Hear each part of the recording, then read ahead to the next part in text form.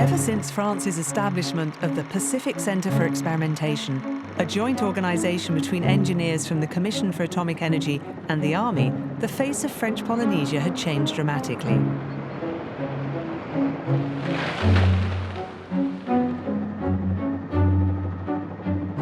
Thousands of soldiers were spread across this territory the size of Europe, from the capital Papeete out to the most distant islands.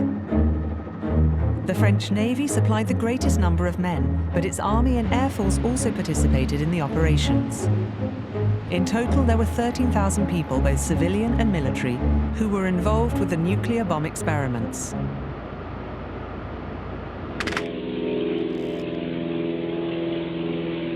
From high in the air, the first thing I could see was the turquoise sea. It was postcard pretty. Once I stepped out of the plane, I received the ubiquitous flower necklace. The smell, the warm, humid air, had finally arrived in Polynesia. These are the first two photos I took in Tahiti. But after that, Arue Camp was more familiar. This is where I met those I had chosen to work with, the Foreign Legion. And more precisely, their civil engineering unit, a true army of builders. Here's the 5th RMP unit at work, the Mixed Pacific Regiment.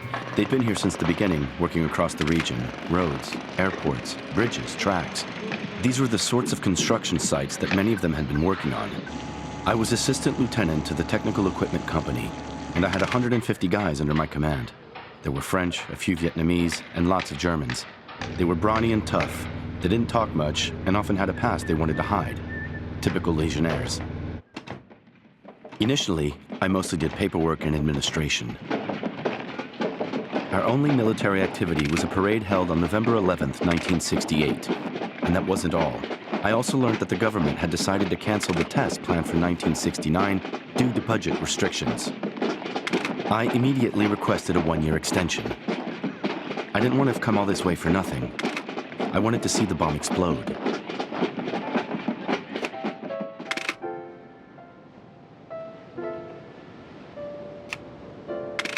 The older one said I was few, which is a Polynesian word meaning heaviness or weariness, a feeling that develops with the heat and boredom.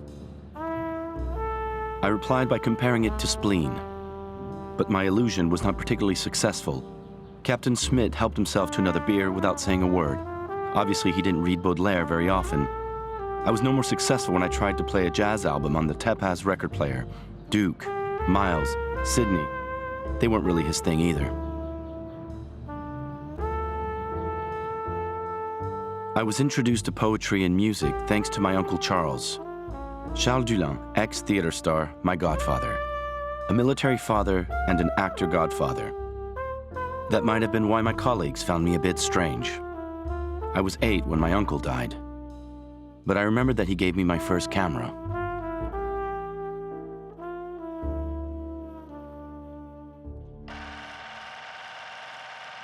900 kilometers from Tahiti and 400 kilometers from Mururoa, Howe Island was chosen as the location of the forward operating base that will provide support for the testing site.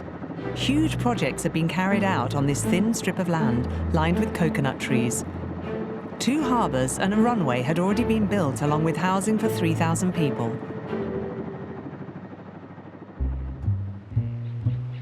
Lieutenant Picard was so keen to take this photo, he almost ripped the camera out of my hands. Finally, you're smiling. We need to capture the moment. It was the 5th of April. We had just moved to Howe, and it's true. I was happy to be there. We weren't at Mururoa yet, but we were getting closer, and I felt like my mission was finally starting. I went to have a look at our pride and joy, the support base's runway. It was more than 3,400 meters long, and large transport aircraft could land and take off from it. I took a lot of photos. There were big DC-8s, double-deck Brigade 2 planes, Neptunes, Catalinas from the Air Sea Unit, and also Vautours from the Loire Squadron with their missiles that would be fired into the atomic cloud to collect samples. It felt like all of France's military power was on display in front of me on this tiny atoll in the middle of the Pacific Ocean. It made me think of French aviators Mermoz and Saint-Exupéry. And then I would turn around and see my crew painting fuel tanks. And I'd think to myself, they have a thankless job. They too are entitled to their moment of glory. Bad idea. After the second picture, Hans, a German legionnaire, came up and politely asked me to stop.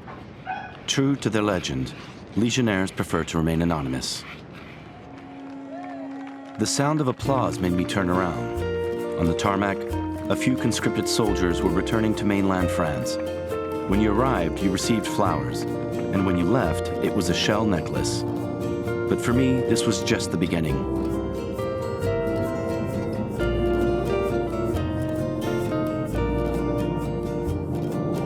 I was transferred to CT1, the First Works Company. We slept in these corrugated iron cabins. In 50-degree heat, the guys worked at placing tarmac on roads, monitoring the power plant, or constructing new buildings. A few meters away from us, doing pretty much the same job, was the Air Force engineering crew. These soldiers were working on the landing strip and parking areas. Most of them were conscripted, and they didn't mind the photos. It meant they had a souvenir from their time in service. This was their Sergeant Roger. He actually asked me to take a photo of him in the hammock. See this? This and the double pay for work in the Pacific, that's why I'm here. Roger was going to return soon. He was making the most of his last moments in Polynesia after many long months spent in the Gambier Islands, building a landing strip with his men.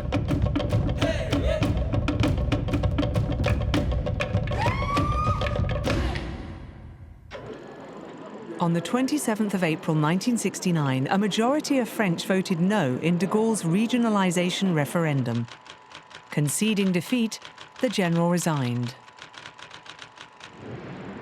I have to admit that the general's resignation did get me down a little. I almost felt as if I'd gone to Polynesia for him. But I was still going to celebrate the Battle of Cameroon. Every year on the 30th of April, the Legion commemorates this battle, where in Mexico in 1863, 63 legionnaires held out for an entire day against 2,000 soldiers. I wrote a speech and prepared the song sheets. There were songs in French and in German. First we ate well, and then, as per the tradition, we drank lots of whiskey.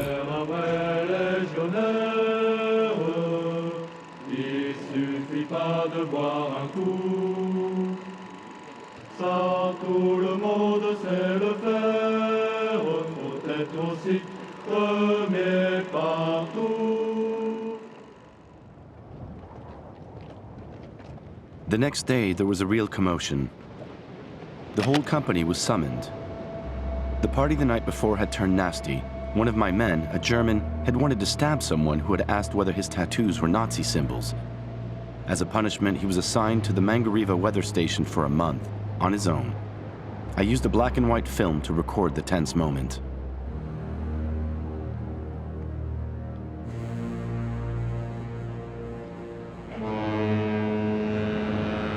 I then loaded a movie format film and boarded the boat to accompany him. As I left, Roger said that I was lucky.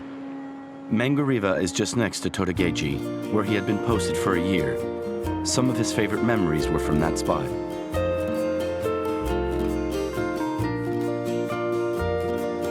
As soon as I had dropped my German off, I went to find some villagers. I photographed their smiling faces. It was wonderful to finally meet some real Polynesians. They offered me food and drink. It's a shame you can't smell the marinated fish in the picture.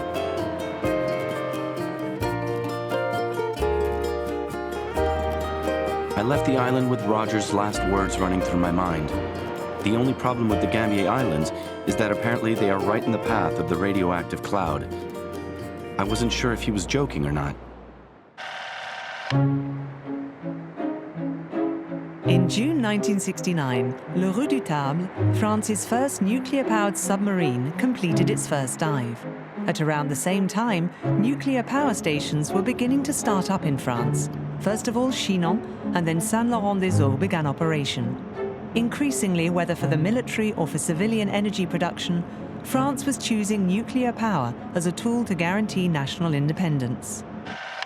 It's one small step for man, one giant leap for mankind. A few weeks later, Neil Armstrong became the first man to walk on the moon. I returned to Papeete for a few days. We watched the event on television. It felt strange. There were the Americans walking on the moon, And here we were playing in the sand.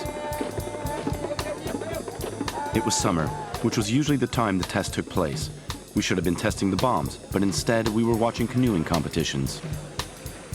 These are the Tuileries celebrations. They last for a month. There were French military on holiday everywhere.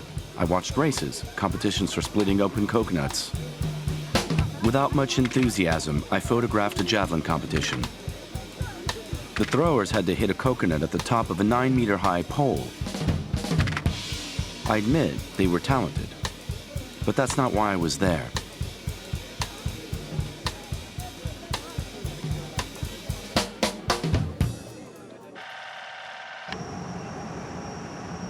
I took 15 days leave and went to Thailand on my own.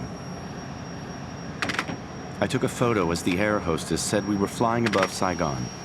Far beneath me, young American soldiers were dying without really knowing why, and meanwhile, I was off to kill my boredom while waiting for the bomb. I explored Bangkok. I used up 2 films a day. I wanted to see other things, other faces. In the mornings, I traveled along the river among the vendors.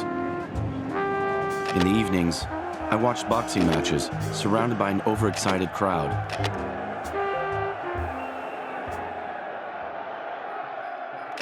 I even visited temples.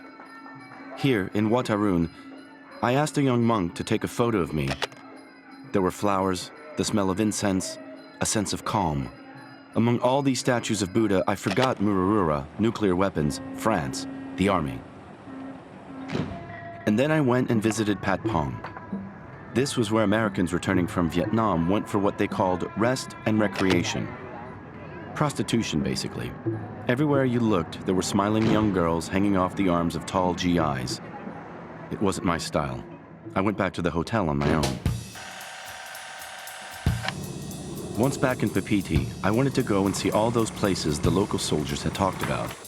The spots where Tahitian Bahini could be found, at Quinn's or the Pitate. I got drunk at Quinn's. Whenever I drink, I pull out my famous phrase, "Paradise for me is women and rivers of whiskey." I had glass after glass of whiskey. The dancers finished their show, and the soldiers left. I stayed right until closing and left while reciting Hamlet to a beautiful stranger. It must have been enough to seduce her. When I woke up, I had a headache, but she was a sight for sore eyes. Having seen my camera, she wanted to leave memories for me. Her husband worked for the French Commission for Atomic Energy, but was often on missions to the outer islands. She was bored. She loved the latest Gainsbourg.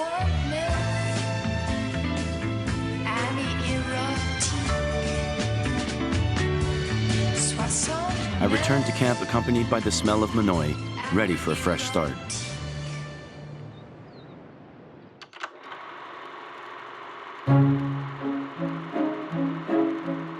Before the nuclear tests began, Mururoa was uninhabited and had a coconut grove on it. But here too, many large construction works had been carried out. Female names were often used. There was the port zone called Kati, Fire Command Post Animon, and the living area Martin. 2 huge blockhouses, Dandon and Denise, were the forward recording posts located right opposite the explosion sites. These concrete structures each weighed 60,000 tons and their walls were 5 to 10 meters thick. Approximately 4,000 people worked on the site. Most of them slept in boats in the harbor.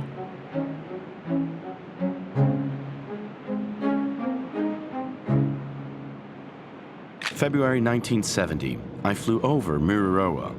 I had been appointed to the Second Works Company. The locals called it Mururoa, and legend had it there was a treasure buried somewhere. Its name means big secret. What better name could it have? But conditions on the island were Spartan. We washed with water from rain tanks and were not allowed to eat fish from the lagoon because of the nearby explosions. One morning, I had an amusing encounter on La Maurienne, one of the base ships. I was buying camera film in the foyer. When I said my name, a young sailor called out to me, "Dullin, as in Charles?" Yes, he was my uncle. It turned out that this young kid came from Montmartre and lived on Place Charles Dullin, just opposite the theater workshop that my uncle had directed for many years. His name was Stefan Jadowski, but everyone called him Le Czech. He chatted to me for half an hour. He wanted to become an actor, like his friend Malengro with a beard. They performed breathless in their own way, talked about Belmondo, and discussed my uncle's text about the theater. It was surreal, but made me laugh. Stéphane really did become a star on his boat. He invited me to a barbecue with his mates. On the menu was lamb from New Zealand, lots of the local beer, Manuya and Hanano, and pétanque with civilians from the CEA. It was one of the rare occasions where the various military forces mixed. As usually, we stuck to our own, especially given the reputation of the Legionnaires. In fact, during the evening, Radio Coconut, which was a kind of Chinese whispers with local gossip, worked well. I was told about a Legionnaire who had eaten fish despite the ban, another who had burned himself after having challenged a Polynesian to walk on fire. These were impossible to verify, but they were part of the legend of Muru. In the month of May, conditions were favorable and the first test in the 1970 campaign was given the go-ahead. La météorologie, facteur très important dans la décision de tir, est établie à l'aide de renseignements provenant des stations à terre du réseau mis en place spécialement dans les atolls.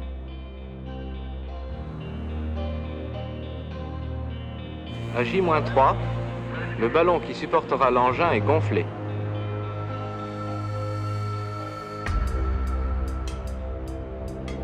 Everyone was going to be evacuated from the atoll, which meant that the explosion was about to happen. It took place 700 meters offshore.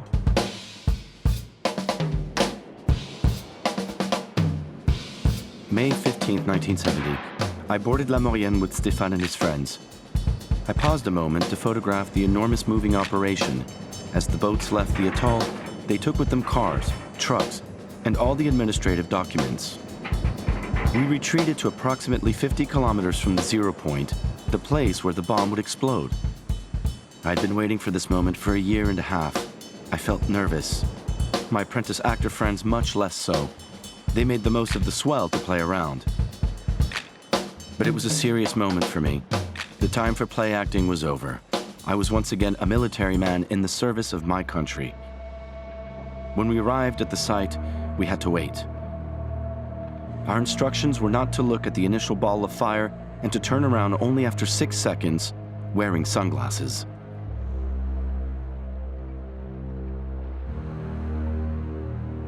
When the explosion took place, there were only 8 people present at the onshore test command post. But dozens of measurement devices were activated. The order to fire was given at sea by the admiral in charge of the operation. 5, 4, 3, 2, 1, feu!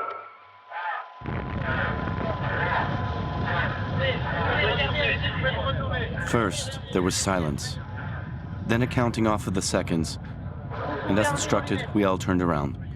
To start with, no one said much. We weren't meant to take photos. But hidden behind a window, I pushed the button the first time. A young sailor came up behind me and did the same. And then a second. And when I returned to the bridge, Stéphane was showing off in front of the mushroom cloud. He asked me to take a photo for him.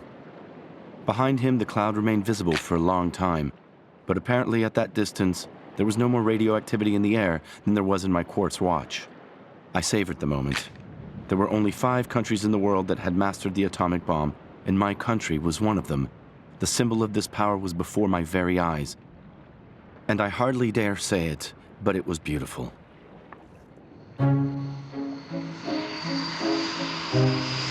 Not long after the explosion, the Vautour airplanes fired their missiles into the cloud to collect samples. These missiles were then retrieved and brought back to Hao to be analyzed, while the airplanes were washed at the far end of the runway. After a few hours, staff from the SMSR, the Mixed Service for Radiation Monitoring, were the first to return to Mururoa to measure the radioactivity. By the end of the day, everyone had returned to the atoll.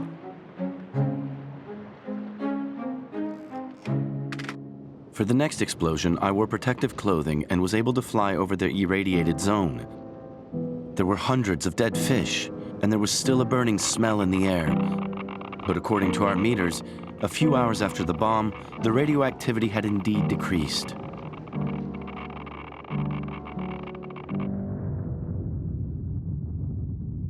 In total, 8 tests were carried out in 1970, including one in the presence of Michel Debré, the Minister for Defense at the time.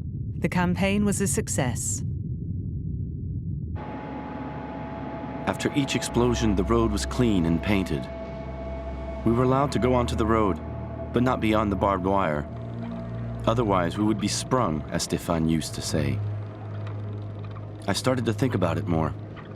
Where did the radioactivity actually stop? Did it really disappear so quickly? I thought about the lagoon that we swam in and the rainwater we washed ourselves in. I wondered if the Polynesians would really stop eating fish. But I trusted my superiors. They maintained that all the necessary precautions had been taken.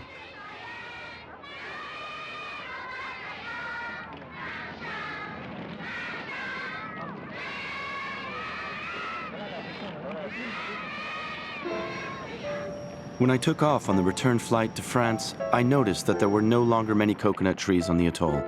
But I was happy. I had seen the bomb, which was why I'd come. And now it was time to go home. As I got off the plane, I heard the news flash. La mort du général de Gaulle a fait l'effet d'une bombe à Paris où elle a été annoncée ce matin vers 9h30. La funeste nouvelle se propage actuellement comme une traînée de poudre. It was an odd coincidence. I felt like a chapter in my life had come to an end. The nuclear tests in French Polynesia continued. A total of 46 atmospheric tests were carried out from 1966 to 1974, followed by 146 underground tests from 1975 to 1996. In 1966, a secret report acknowledged that contamination had reached the Gambier Islands. The report recommended that this information remain undisclosed.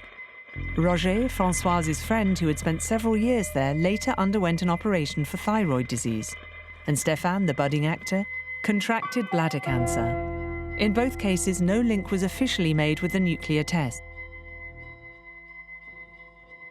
Today, in mainland France and French Polynesia, various organizations are fighting for recognition that these illnesses are related to radiation exposure.